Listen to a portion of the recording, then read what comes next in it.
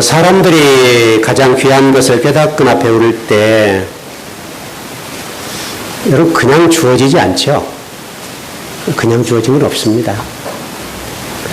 대가를 지불해야만이 어떤 것들을 깨닫게 되고 이해가 되죠. 우리 편에서 본다면 고난과 환난, 각종 어려움을 겪을 때에 어떤 것들을 얻게 되고 깨닫게 되는 것은 아닐까 싶습니다. 우리 인생을 살아보면 그런 것 같아요.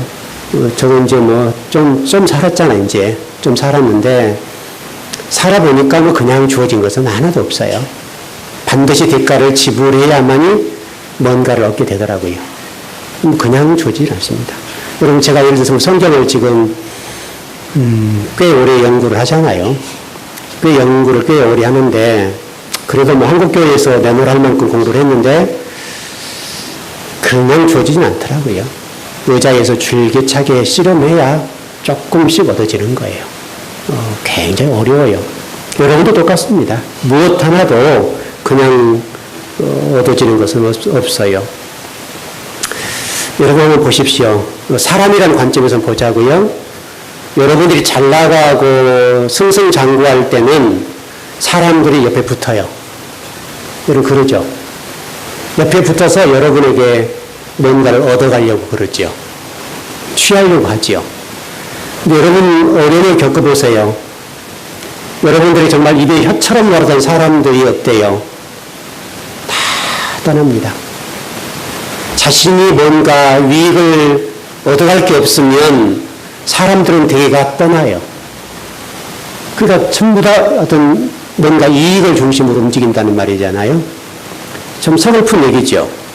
그래서 얻어갈 거 있을 때는 간 쓸개를 내어놓고 정말 일평생 함께 할 것 같은 그런 생각을 얘기했다가도 어려움을 겪고 힘들게 되면 다 떠납니다.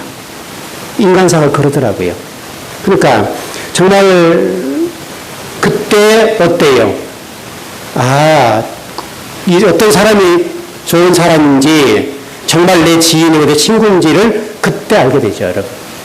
그때 아주 소수의 무리를 얻게 되는 거예요. 여러분 인생을 살아보셨어요? 그러잖아요. 인생을 살아보면 여러분 좋을 때 사람과 모여들다가도 어려우면 다 떠납니다. 그때 진짜 사람이 남는 거죠. 아무 말 없이 묵묵히 따랐던 어떤 사람이 남게 됩니다. 그래서 평소에 여러분이 주의할 것은 입에 혀처럼 구는 사람들은 좀 조심할 필요가 있습니다. 정말이에요. 저 같은 성격은 좀 그래요. 사람 사귀기를 잘 못하는 편이잖아요. 이렇게 어떤 사람들은 하루가 아니라 1시간만 해도 형님 동생 하더라고요.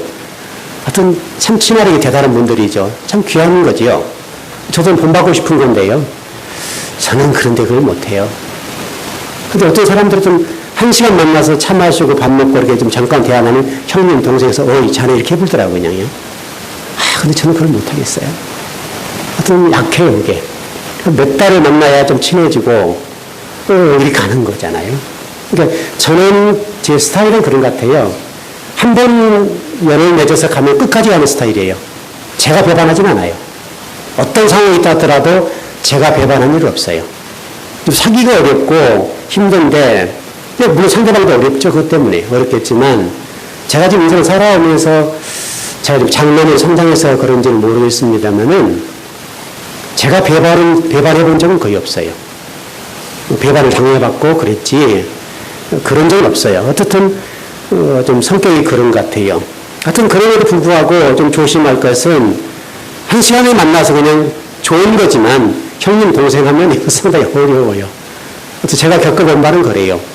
그런 사람들은 금방 찢어지고 원수가 되더라고요. 근데 아주 진득하게 만나는 사람들 그래도 좀 오래 가지 않는가 싶어요. 여러분 어떤 유형에 속한지 모르겠어요. 여러분 사람 만나서 사귀게 보다 보면 좀 정리가 되잖아요. 그렇게 좀 정리가 될 것 같아요. 여러분 책을 통해서 배우는 것도 많이 있죠. 간접적으로 배우는데요. 그에 불구하고 정말 피부에 와닿는 어떤 그런 배움들은 쉽지가 않은 것 같아요. 우리 지난 시간을 좀 돌이켜보면서 말씀을 출발하려고 그래요. 우리 지난 시간에 앞부분 말씀을 통해서 뭘 배웠어요? 하나님께서는 본 계시와 중간 계시라는 걸 통해서 설명을 하셨죠. 본 계시라고 하는 것은 요한 계시록에서 하나님이 심판하는 거예요. 심판이에요. 그래서 그것이 여러분 지금 쭉 흘러가서 앞부분이 정리됐고, 지금 우리가 10장은 중간 계시잖아요, 여러분. 중간 계시인데 앞부분까지 중간 계시였다가 설명이 9장까지 중간 계시잖아요. 말씀을 전하는데 사람들이 안 듣는단 말이에요. 그리고 하나님 목청을 높여요. 1절부터서 나왔던 부분이 그 부분이잖아요. 목청을 높여서 말씀을 선포해요. 그러면 사람들이 말씀을 듣고 회개하고 돌아서면 되잖아요. 근데 안 해요. 그 부분이에요. 하나님 음성이 분명히 들려지고 하나님 메시지가 분명히 전해졌으면 돌이켜서 하나님을 찬양하고 경배하고 각종 세상적으로 끊어보면 되는데, 유대인들을 통해서 우리에게 말씀하신 것, 그게 지금 현대를 살아가는 우리의 동일하단 말이에요. 안 돌아선단 말이죠. 모두가 사사시대와 같이 자기 속에는 옳은 대로 가버린다는 거예요. 그게 멸망의 끝이라 할지라도 가버려요. 그럼 수많은 사람들이 하는 음성을 무시하고 간다고요. 지금 오늘 본문의 말씀이 그와 연장선상의 결과를 나타내는 말씀이에요. 여러분 7절을 주목해서 보십시오. 일곱째 천사가 소리내는 날 그의 나팔을 불려고 할 때에 하나님이 그의 종 선지자에게 전하신 복음과 같이 하나님의 그 비밀이 이루어지리라 하더라. 하나님이 심판을 유의하시고 돌아오기를 기다리셨어요. 그런데 하나님의 음성을 듣고도 불순종해요. 안 돌아서요. 그리고 최후수단으로 하나님이 결단한 장면이 7절이에요. 이제 하나님이 결단을 딱 내려버리는 거예요. 하나님 결단은 끝나죠. 끝나버려요. 하나님이 결단해버리기는 그 다음에 기회가 없어요. 끝이란 말이죠. 그러면 그 오랜 기간 동안, 예를 들어서 여호수아 이후로 에스라 시대까지 생각해보자고요. 이 구약시대의 모세 이후 여호수아부터 시작해서 바빌론 포로 이후에 에스라 느헤미야 선지자가 돌아와서 새로운 나라를 세울 때 과정을 봐봐요, 여러분. 그 기간이 7년 동안이에요, 7년 동안. 하나님이 7년을 참으셨다고요. 그 수많은 선지를 보냈어요. 수많은 선지를 보내서 말씀하셨어요. 너희들 이런 망한다. 이런 내가 다 제거할 거야. 수많은 선지를 통해서 말씀하셨어요. 대선지자를 통해서 소선지자를 통해서 때를 따라 이런 선지자 저런 선지자를 불러다가 즉시 말씀해 주셨다. 그러면 돌이키고 돌아서야 되는데 이 사람의 마음이 그러지 않는단 말이죠. 여러분 7년이에요. 7년을 기다리기 쉽잖아요, 여러분. 여러분 사람들이 그렇게 못하잖아요. 하나님은 7년 동안 기다려서 그들에게 결단을 촉구하고 하나님께 돌아오라, 우상을 버리라고, 자기 속에는 옳은 걸 하지 말라고 쭉 말씀하셨어요. 그들은 그 선지자를 어떻게 했습니까, 여러분? 이스라엘 백성들이 가짜 선지자를 따르고 우상을 숭배했지만은 참 선지자를 돌로 쳐 죽이고 토벌을 해서 순교를 시켰어요. 죽였어요. 살인을 했단 말이죠. 하나님이 보내신 참 선지자들을 죽여버렸어요. 돌로 때려 죽였어요. 톱으로 켜서 죽였어요. 이런 말통에 집어넣어서 굴렸어요. 흙속에 집어 던졌어요. 여러분 그게 구약 성경이에요. 돌아오라 돌아오라 그렇게 말씀을 두고 안 돌아와요. 그 결과는 어떻게 합니까, 여러분? 하나님이 예루살렘 성전을 무너뜨려 버리죠. 바벨론을 통해서 무너뜨립니다. 그리고 바벨론 포로를 끌고 가버리죠. 그래도 안 들어요, 여러분. 최후 통첩에는 불구하고 듣지 않아요. 여러분 생각해 보세요. 하나님이 선민 이스라엘 백성들을 전 세계 인구 가운데 하나님 백성을 삼으셨단 말이죠. 선민, 하나님 백성을 삼으셨다고요. 그럼에도 불구하고 돌아서지 않아요. 엉뚱한 것을 찬양해요. 그래서 예루살렘 성전이 무너지죠. 솔로몬이 세웠던 성전이 무너집니다. 그리고 바벨론 포로 이후에 보세요, 여러분. 성전 짓는 과정도 어려웠습니다만은 그 돌아와 스룹바벨은 성전을 지어서 갑니다. 초라한 성전이죠. 얼마 지나지 않아서 여러분 바벨론 포로 생활을 잊어버렸어요. 그 우상을 숭배하고 비진리를 따르고 참 선지를 죽이고 가짜 선지를 따르면서 하나님을 거역해요. 그래서 여러분 그들이 어떻게 합니까? 노마를 붙여가지고 예루살렘 성전을 무너뜨려요. 스룹바벨 성전을 무너뜨린다고요. 그렇게 해서 여러분, 그때 세워진 성전 헤롯 성전이잖아요. 헤롯 성전이 세워져서 여러분 찬란히 얼마나 대단해지었습니까? 여러분, 에루살렘 성전을 게임이 되지 않을 정도로 화려하고 크고 웅장하게 건물을 지었단 말이죠. 그 예배했어요, 여러분. 근데 그들이 하나님 뜻을 몰라요. 말씀이 돌아오지 않아요. 비진리를 따르고 세상적이에요. 완전 이혼론으로 빠져버렸어요. 인간의 지식을 따라요. 인본주의 빠졌어요. 하나님 돌아오라고 수없이 말씀하셨어요. 안 돌아와요, 여러분. 그때는 노말 붙여서 그 성전을 허물어 버리죠, 여러분. 아주 박살을 했어요. 그러면 돌아와야죠? 안 돌아와요. 하나님 어떻게 했습니까? 그들을 흩어버려요. 전 세계 디아스포라로 흩어서 2000년 동안 기아 돼지처럼 살게 해요. 땅 한 평을 못 걷겠어요, 여러분.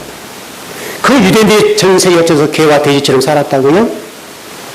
하나님이 땅 한 평을 소유하지 못하게 해요. 그렇게 처자를 짓밟아요. 그 기간이 어떻게 되면 이스라엘 백성들은 가장 복된 시간인지 몰라요. 하나님을 버린 대가, 우상을 숭배한 버린 대가가 어떤가를 설명하는 거예요. 바로 오늘 그 연장선상에 오늘 본문을 보셔야 돼요. 지금 마태복음의 복음서의 내용과 술밥 성전과 또 헤롯 성전에 세워진 그 이후의 상황에서 그들이 디아스포라로 돼서 흩어져 살고 있는 그 생활들, 그 생활과 연장선상의 본문을 보셔야 돼요. 바로 그런 식이에요. 바로 예루살렘 성전, 다시 한번 수르바벨 성전이 무너지기 직전 얘기예요. 이 얘기가. 헤롯 성전이 무너지고 이런 과정을 거쳐가면서 그런 상황이 좀 연출되는 거예요. 그래서 오늘 본문에서 얘기하는 거예요. 하나님의 거룩한 성전이 되어야 이 예루살렘 성전이 애굽이 되었고 바벨론이 되었고 여리고 성이 되어버렸다는 거예요. 그래서 하나님은 그걸 짓밟아야 되겠다는 거예요. 지금. 그렇게 말씀하신 장면이에요. 그것이 뭐냐 하나님 비밀이래요. 그 헤롯이 세웠던 그 성전을 무너뜨린 그것이 하나님 비밀이래요. 그걸 지금 말씀하세요.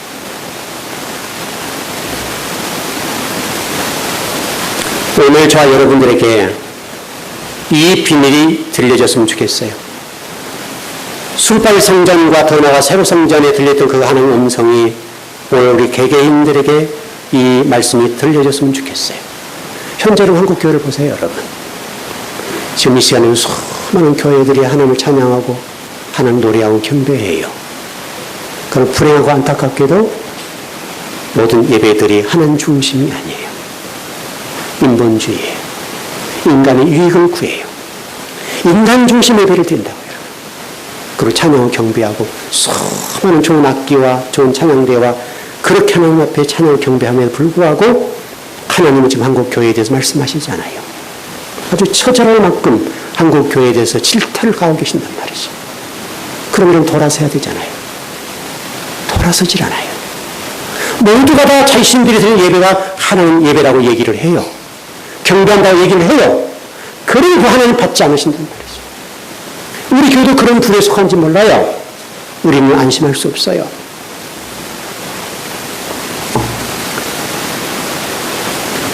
우리의 문제는 이 예배당의 문제가 아니라 우리의 문제잖아요, 여러분. 우리의 문제예요. 우리가 지금 하나님 앞에 반듯하게 서 있는지 그렇지 않는지를 잘 생각해 봐야 돼요. 정말 이 시대에 하나님의 백성, 하나님의 그리스도인들이 하나님의 말씀대로 서 있는가? 여러분, 지난주 설교 핵심 뭐예요? 돌아서지 않는 그 사람들 향해서 너희들이 말씀드려야 되는데 너희들 말씀대로 되지 못하고 너희들이 좀 이렇게 가니 내가 이렇게 하겠다. 그거잖아요, 여러분. 지금 이 시대도 똑같잖아요. 너희들 말씀대로 되어 사는 나라를 세우고 너희들 하나님의 나라를 위해서 더욱더 헌신에 충성해야 되겠는데 너희를 그렇지 못하고 지금 비진리를 따르고 인간적인 욕심과 인본주의를 따르고 물질을 따르고 세상의 환영을 따르고 하나님과 반대의 길을 걷고 있다. 이렇게 좀 말씀하신 거잖아요.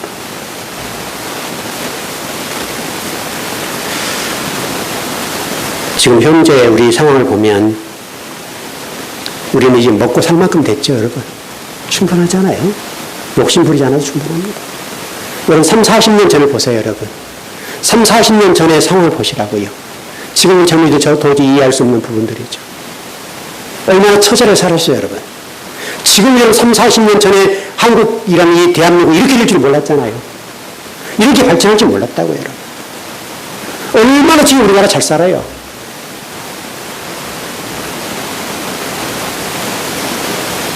그러나 안타까운 것은 그 배고프고 힘들 때 우리 믿는 사람들은 하나님의 성전에 달려가 금식하며 기도하며 이 민족이 하나님 복을 달라고 그렇게 기도했잖아요.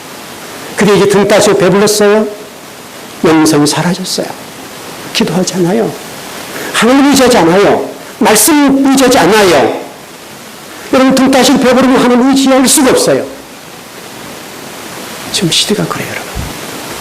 성도들 그렇고 목회자도 그렇고 다 그래요. 지금 여러분 정말 기도할 때고 지금 여러분 하나님을 의지할 때인데 이제 우리가 기도하지 않아요. 기도하는 성도가 줄어들어요. 예배하는 성도가 줄어들어요. 그리고 이제는 여러분 교회에 공예배가 없어져요. 현실적으로 그래요, 여러분. 수요 예배가 없어지고 새벽 예배가 없어지고 오후 예배가 없어져요. 하나의 예배가 없어지는 거예요. 그만큼 지금 우리가 구할 게 없어요. 하나님을 의지해서 뭔가를 구해야 될 것이 없어졌다고요.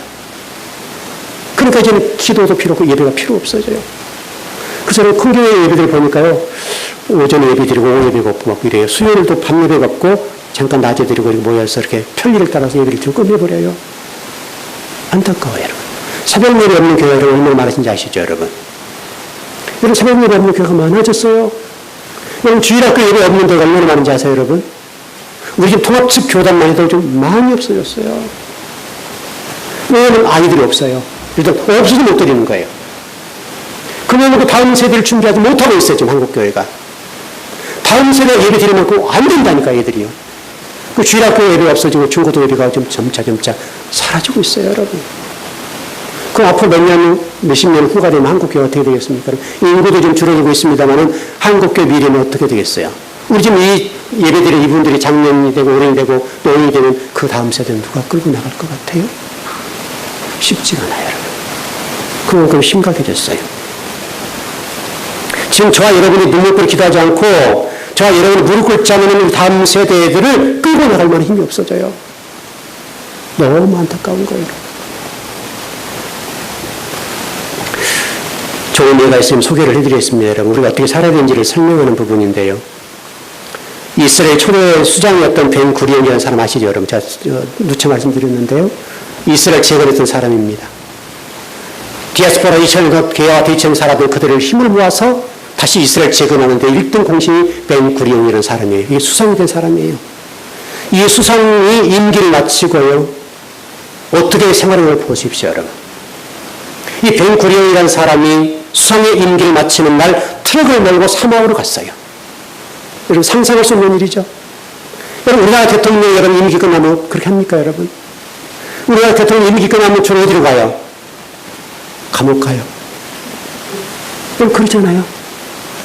그리고 감옥 안 간 대통령이 있다면 어떻게 해요? 정부에서 주는 보조금 받고 비서진들을 거느리고 호의호식하며 살잖아요. 그렇죠? 안타까운 일이에요, 여러분. 그리고 벤구리라는 초대 수상이었던 이 사람은 트럭을 몰고 사막을 흘렀다고요. 사막으로. 왜 갔을까요, 여러분? 생각을 해봐야 돼요. 벤구리라는 사람이 기자가 물어요. 수상님을 끝내시고 왜 깊숙한 사막으로 들어가십니까? 왜 하잖아요, 여러분. 질문을 했단 말이죠. 벤구리 나중에 심장은 대답을 했어요. 사막 깊숙한 곳으로 들어갑니다. 그래서 다시 물어요. 왜요? 라고 보니까 벤구리 대답하기를 이스라엘의 미래가 사막 경영에 있습니다. 이스라엘 미래가 사막 경영에 있다는 거예요, 여러분. 여러분 벤구리라는 사람이 사막으로 들어가서 뭘 만드는지 아세요? 키부츠를 만들었어요. 이스라엘의 젖줄이 심장을 만들었다고요. 지금 이스라엘 움직이는 키부츠예요, 여러분. 키부츠에서 모여들어서 공동체 생활을 하고요. 거기서 모든 것을 만들어내는 거예요. 그리고 개척자로 들어가서 그것을 일구고 키부츠를 만들고 계획하고 설계하다가 그곳에서 죽고 그곳에 묻혔어요. 생각을 많이 해봐야 돼요. 저와 여러분들이 만약에 사막으로 가라 한다면 어떻게 될까요? 쉽지 않죠, 여러분. 특별히 수상 같은 사람이에요, 수상. 최고 지도자잖아요.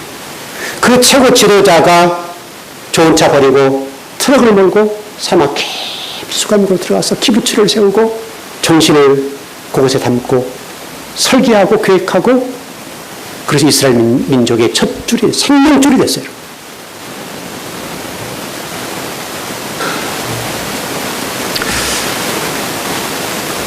이제 우리들도 한 번쯤 생각해 볼 때가 된 것 같아요.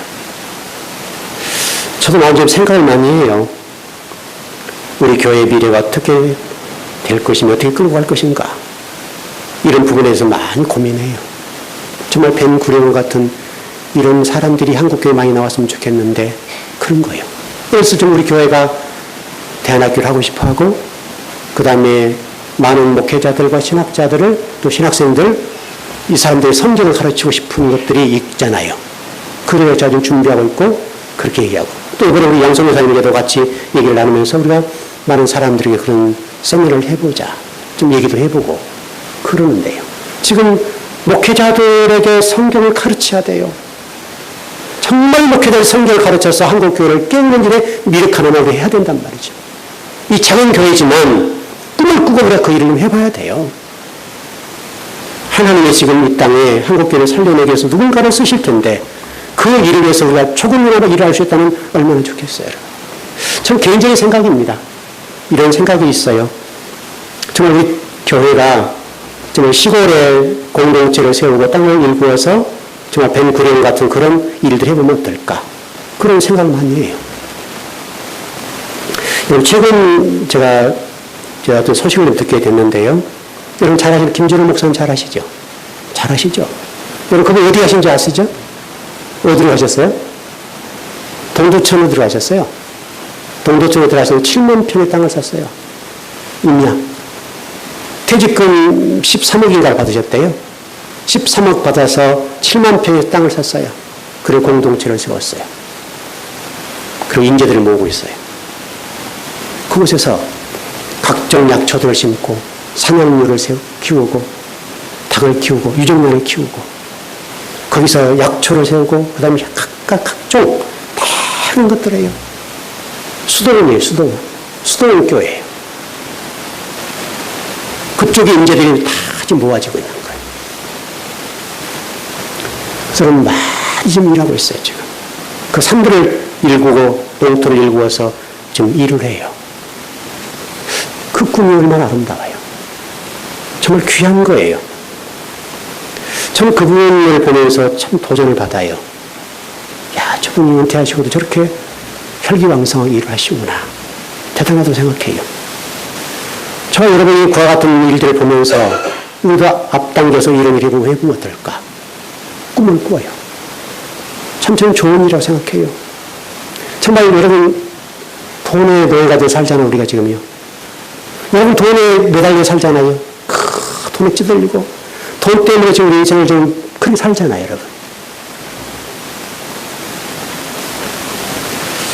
지난 저는 금요일 날 우리 한 집사님하고 시골에 좀 다녀왔는데요. 가서 호박을 심고 박랑쿨 그걸 좀 심었습니다. 그리고 땅에 이렇게 측면 그리고 풀이고 이게 우거져서 어떻게 할 수가 없어서 하루 종일 가서 일을 하고 왔는데요. 너무 좋았어요. 측면을 다 걷어내고 땅을 일구고 흙을 파고 풀을 메고 호박을 심고 그 다음에 박나물 그걸 심고 왔는데요.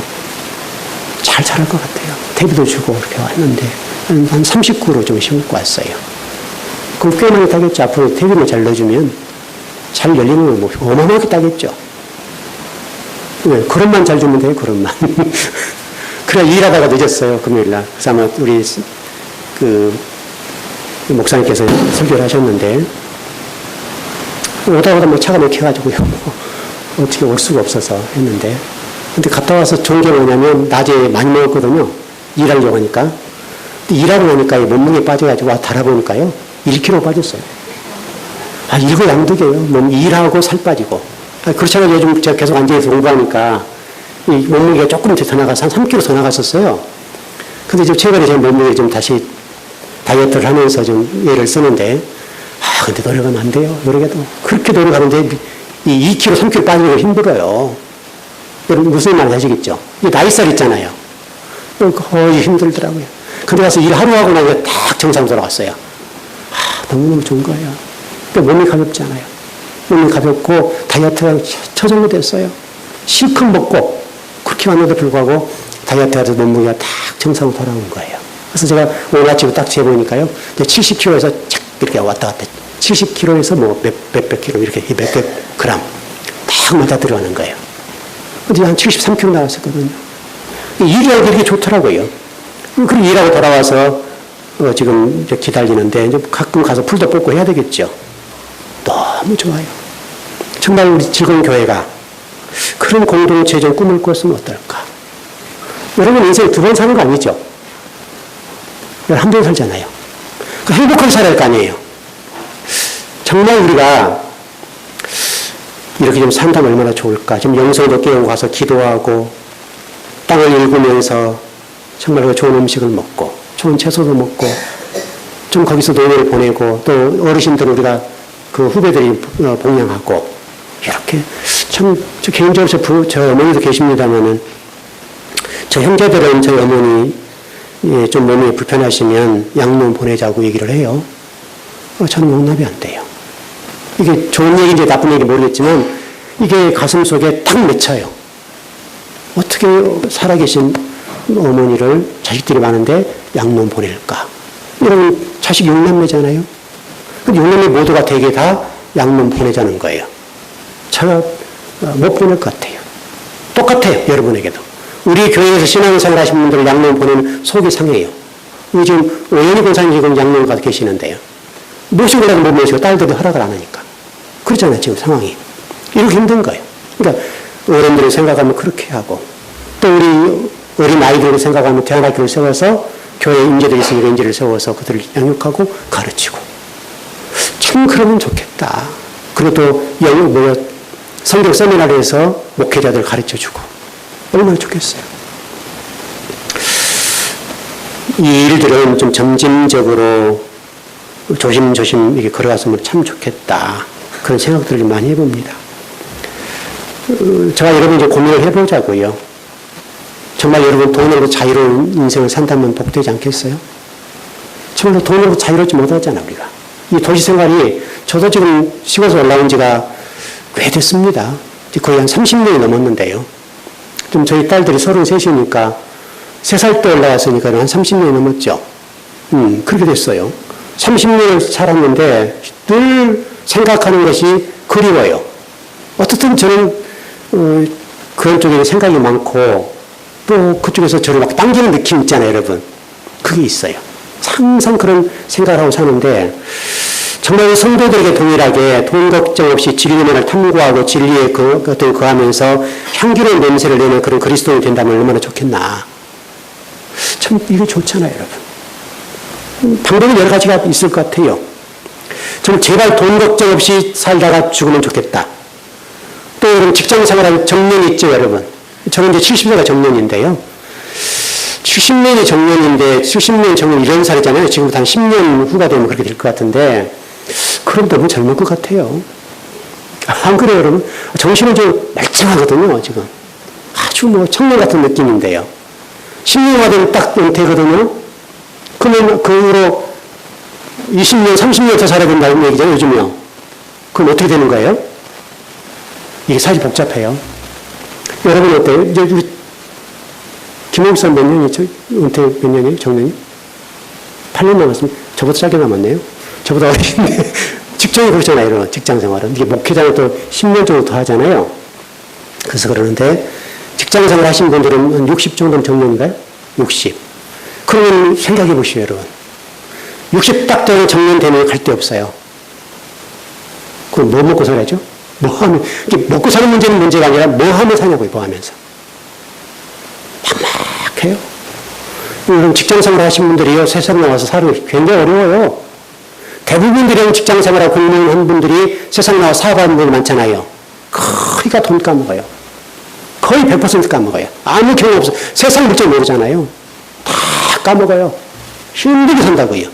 그러니까 김호 목사님 지금 60세에 은퇴한다고 본다면 90세까지 산다면 30년을 살아야 되거든요. 이게 보통 장난이 아니에요. 그럼 이게 그 인생을 어떻게 살아갈 것이냐. 굉장히 어렵습니다. 김진욱 목사님께서 이렇게 말씀하세요. 책을 제가 한번 받았는데요. 이분이 건강검진을 가서 받았는데 의사 선생님이 마지막에 얘기를 하시잖아요. 이렇게 얘기하셨다는 거예요. 자, 책임을 그대로 말씀드려볼게요. 목사님 당뇨도 없으시고 고혈압도 없으시고 연세에 비해서 건강 상태가 좋습니다. 지금은 수명이 늘어나 90세에 죽으면 조기 사망입니다. 목사님 재수 없으면 100세 이상 삽니다. 재수 없으면 100세까지 산대요. 이 현실의 문제잖아요, 현실에. 우리 지금 오원사님 지금 사람의 기적이죠. 저 만났을 때도 약을 이렇게 드셨거든요. 근데 지금 여든 하나시죠. 지금 약을 드시는데 약이 좋으니까 병원 좋으니까 지금요 오래 사신단 말이에요. 그러니까 우리 안 아프고 살아야 할 거 아니에요. 안 아프고 기도하면서 살아야 되는데 김진욱 목사님 지금 은퇴하신 7년 됐어요, 여러분. 7년 동안 공동체를 세우고 살아요, 여러분. 그 지금 후임자고 양성원 그 동기 목사님 지금 담임으로 유임하시거든요. 5월 20일 날. 그래놓고 지금 공동체 운영하시는 거예요. 팔팔하시네요, 지금. 얼마나 이렇게 건강하신지, 일을 얼마나 잘하시는지. 김진욱 목사님 우리나라 대표적인 원로시잖아요. 근데 그 동토를 읽으면서 공동체 생활을 하는 거예요. 아주 기부처와 같이. 한번 우리 생각을 많이 해보자고요. 저는 우리 교회에서 여러분들이 은퇴하고 나면 30년, 40년 더 사셔야 되는데 그러면 우리 인생을 어떻게 질 좋은 인생을 살아갈 것이냐에 관해서 고민을 해봐야 돼요, 여러분.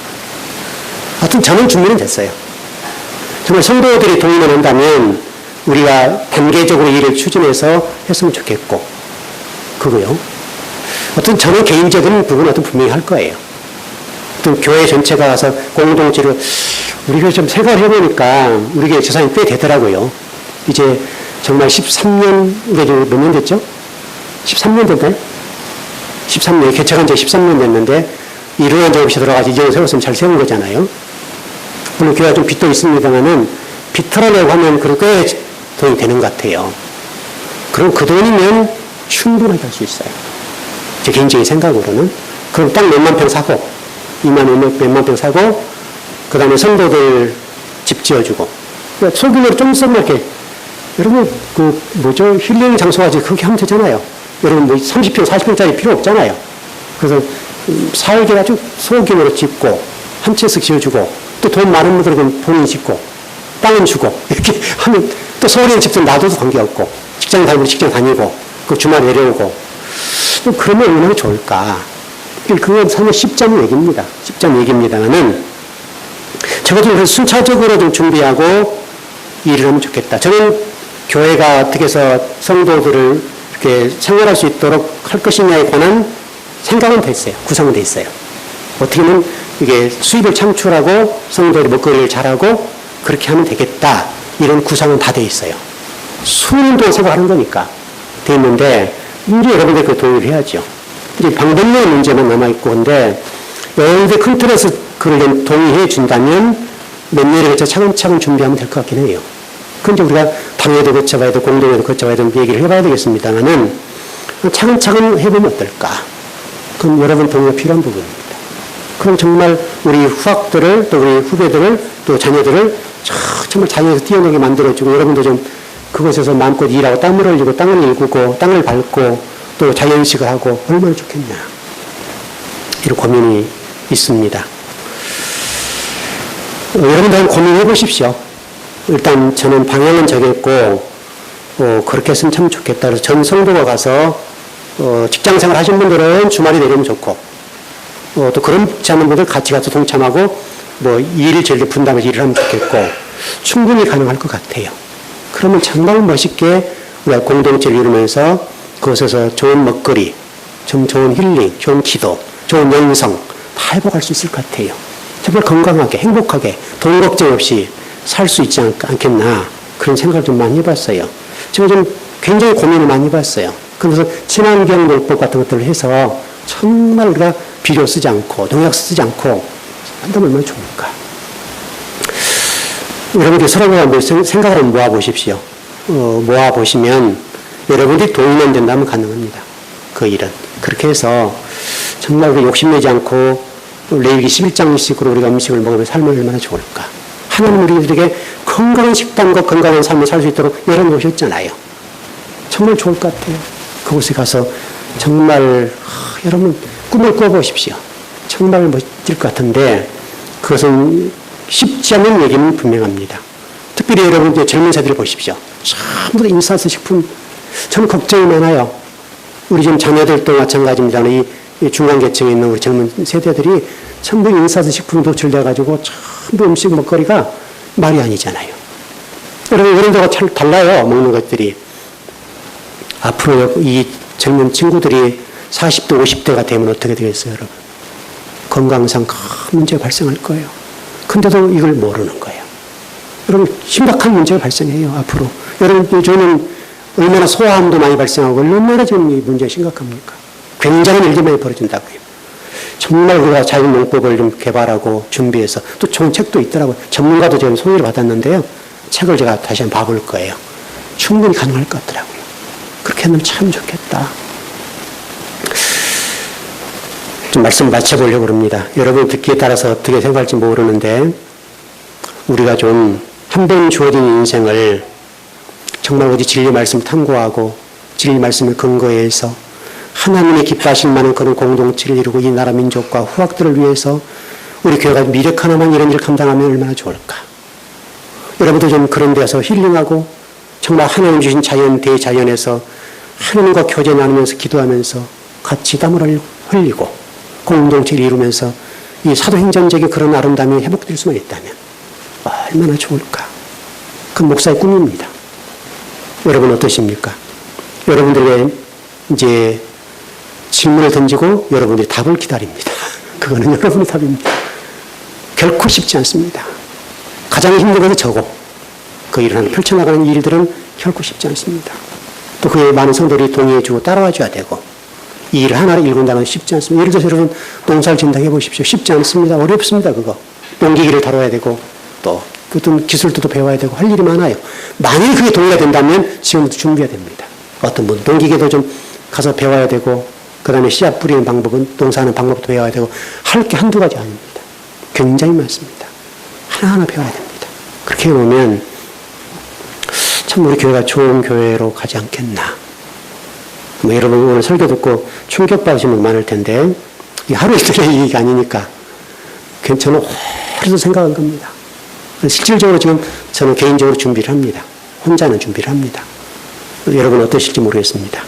그렇게 해서 정말 우리 교회가 하나님이 원하시는 참 교회, 성도들 행복했으면 좋겠고 신앙생활은 이렇게 복된 거, 좋은 거 얼마나 좋겠나 고민을 많이 해봅니다. 여러분 어떻습니까? 여러분 기도해 보십시오. 기도해 보시고 뜻을 모아 보십시오. 정말 여러분들이 동의 못합니다. 못하는 거니까 정말 우리가 그 일이 좋다고 생각하면 여러분 공동체 얼마나 좋아요. 같이 땅을 일구어서 같이 먹고 또 직장생활하고 직장생활하고 또 개인적인 사생활은 보호가 되고 또 개인적인 재산들은 또 본인들이 알아서 하는 문제고 교회 어떤 부분만 이렇게 끌고 나오면 되는 문제들이니까 결코 나쁜 일 같지는 않습니다. 좀 많이 고민해 보시고 이 시대에 우리가 하나님 백성들로서 어떻게 하면 행복하게 어떻게 하나님의 음성을 들으면서도 영성을 회복하며 살 수 있을까? 좀 그런 고민. 분명히 여러분들도 아마 그런 생각이 있을 겁니다. 은퇴하고 나면 뭘 하지? 어떻게 살아야지? 이런 고민이 있을 거라고요. 조금 앞당겨서 우리는 하자 이거죠. 왜냐하면 목회자는 길을 제시하는 부분이 필요하니까 저는 길을 제시합니다. 길을 제시하고 여러분들에게 그 길을 따라올지 말지에 대해서 묻는 겁니다. 여러분이 동의하시면 그렇게 할 거고 그렇지 않으면 못 갑니다. 물론 제가 방법을 바꿀 겁니다. 어떻게 바꿔서 여러분 아니 저 혼자서 할 수 있는 일을 찾아볼 겁니다. 그것은 저 개인적으로 할 수 있습니다. 그렇게 따로 분리해서 고민을 해볼 생각했으면 좋겠습니다. 오늘 이 예배를 통해서 우리에게 무엇을 말씀하신지 좀 고민해보고 생각해보는 시간이 됐으면 좋겠습니다. 예, 기도하십시오.